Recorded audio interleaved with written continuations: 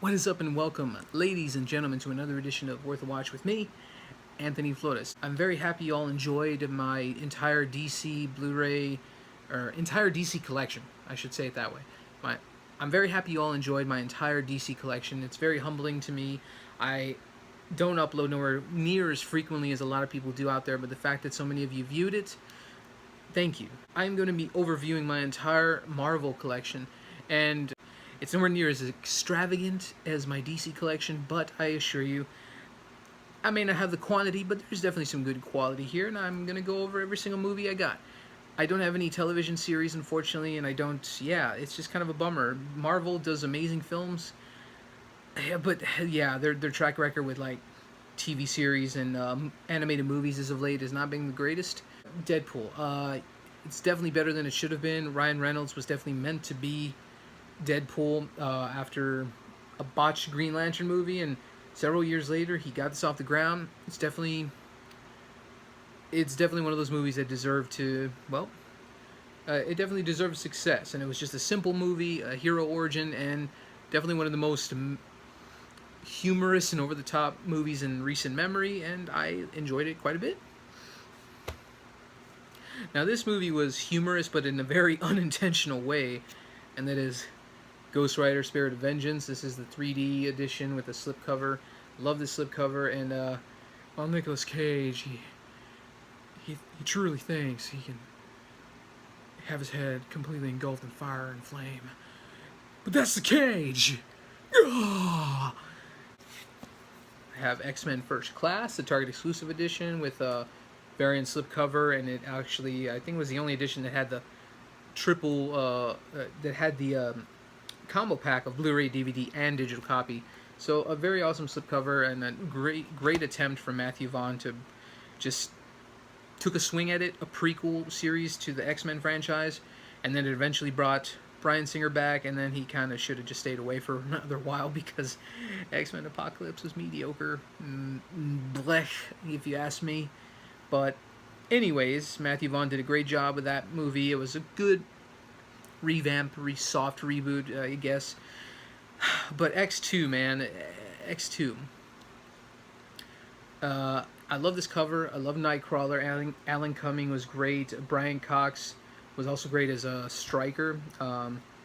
Really, really awesome villain. And the cliffhanger at the end about what happened to Jean Grey and stuff like that. This is definitely, this is tough, because between this movie and X-Men Days of Future Past, and this in particular is, of course, the Rogue cut. This movie has both cuts, the theatrical and the Rogue cut, and which doesn't make a lot of sense to me. I don't know why they just didn't release this in the theater this way, because there was only like a 5-minute difference or something, which was stupid. I guess they really hated Anna Paquin. I don't know. But I love this red. I love this cover and this. I love everything about this release. This is beautiful, and I've said that many a times, but in terms of my favorite X-Men movie, these two are tied. But when it comes to solo films, though, that's where it gets a little tougher, because this movie right here, this is the Target exclusive, the whole book edition. This movie, Oscar nomination for Hugh Jackman, or even Daphne Keane, who's X-23. Both did amazing, and oh, Patrick Stewart, Jesus, almost forgot about Patrick Stewart.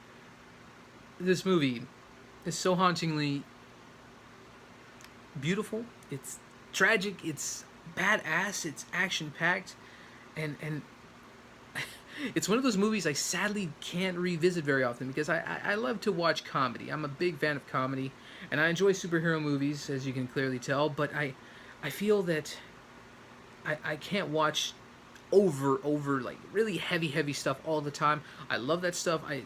Those are some of my favorite movies like this, but it's a movie that I have to cherish and just kind of savor versus just constantly having it on loop. But this movie, I think it's very much something like The Dark Knight, or I don't know, I can't think of anything else but that at the moment, but something as dramatic as that, I only want to savor it. I don't want to overplay it. And because it's such a heavy drama, I just can't re-watch it as much, but that's not a bad thing. It lets me savor. I keep saying that, but that's the truth. It lets you just sink in all the emotion, and you just go through the process of the movie. And Hugh Jackman, if this truly is the end, well, he went out with a bang. And let's see here. Let's go with Iron Man. Gotta get the Iron Man movies here. Was the thing that started it all. Kick-started the Marvel Universe. Jon Favreau took a chance with Robert Downey Jr., especially since his career was basically in the toilet. Jon Favreau took a chance. Knew that Robert Downey Jr. had potential, and we got two sequels and several movies in at this point. I mean, yeah, this is the standard edition, and I very much enjoyed the third film. No, a lot of people didn't, but I liked it. I didn't mind the twist of the Mandarin. But Iron Man 2, this movie is cluttered. It's just nothing but Easter eggs for Avengers, but I mean, you can't deny how awesome this looks, though. It's pretty hard to come by. It's a numbered metal pack. Actually, I got 532. I remember that. I remember going to Target and looking at this, and I'm like, I need to find the lowest number, because that's the coolest thing when numbered items are around. So, yeah, got lucky to... I don't know if it'll focus at all right around there, but got a low number, so that's pretty cool, and I've kept it in good shape. It's rusted a little bit, just wear and tear, but very happy to have those in my collection. Now we'll talk some Avengers, why not? You know, Avengers 1. I haven't even rewatched this. I just don't feel the need to. It's almost like it was such a novelty and we've been spoiled. I think that's the bummer to this whole thing. I'll get to that more in a second, but this movie blew our minds because we saw the perfect balance that Joss Whedon brought to the table, bringing all these characters together on screen for the first time ever in history. So that was amazing. Did it a second time, a lot of people hated it, but I personally enjoyed this movie because there was more development for the characters, and that Ultron is... Everybody loves Loki. He's great. I don't have a problem with Tom Hiddleston. He's great as Loki, but I think James Spader blew him out of the water in terms of just being an overall villain. I thought he was more of a threat, even though, yes, it did end in a very cliched, similar note to the first Avengers, but I dug this movie a lot. That's just me. I feel like I'm on the opposite spectrum with a lot of Marvel movies, so there may be some opposite opinion, but that's the point of the internet. We all have an opinion. So let's see here. We got Blade 2. Guillermo del Toro. The guy is a master at his craft when it comes to creature effects. This, a quick backstory. Blade 2 was one of the first ever DVDs I owned. My father had bought a DVD player for us at the time. It was right around 2002. And he bought this and a few other comedy movies, and we popped this in. We watched it, and 2002. Damn, I don't even know how old I was at the time, but fairly young. About 12 years old, give or take, and watching an R-rated movie. My dad was smart. I was terrified, though. I thought it was going to be more of a superhero movie. That's what it is, technically, but with a lot of gore and a lot of creature effects, and that freaked me the fuck out as a kid. I remember having nightmares, and it's such an interesting film. Looking at it now, it's the one I appreciate the most out of the trilogy. It's the only one I own at the moment. I definitely think the first one's good. Definitely started the Marvel, franchises kind of picking up. After Blade, it was X-Men, and then so on and so on. But this franchise started it all, and you got to appreciate that. Bottom line is, the creature effects are stunning to look at. I look at this and I see just a lot of shit that used to scare me as a kid, for one, but the direction and the performances are definitely what drive this movie, and I really, really, really think it's underrated, to be honest. Nobody talks about Blade 2 anymore. Then going in with the Captain America movies, I do not have the first Avenger because I thought that was okay at best. It's fine. It's a good origin. But you gotta have Civil War and Winter Soldier. Steelbook is awesome. I love it. And I wish there was a better... Marvel's been slacking with their Steelbooks. Civil War looked like shit. And then now with Guardians of the Galaxy, the first one was kind of cool because it was like a tape, the Walkman. But God, that's such a terrible Steelbook. I don't know what's going on. I was so hoping for an awesome Steelbook, and that I think it looks like shit, if you ask me. Some of these Steelbooks that have been coming out recently are not that great. So, like the Guardians of the Galaxy Volume 2, I also stuck with this, the original cover, art, the 3D edition, whatever. And like I just said, Guardians of the Galaxy. And I also find it hilarious that Disney does just hold out on the 3D editions. I don't have a 3D TV, but half the time I end up liking the covers better. when they're 3D versions, because they also have the slipcover. This time around, they don't have 3D editions. They have the 4K release, and then I also picked up, of course, the Volume 2. Had to have this in my collection.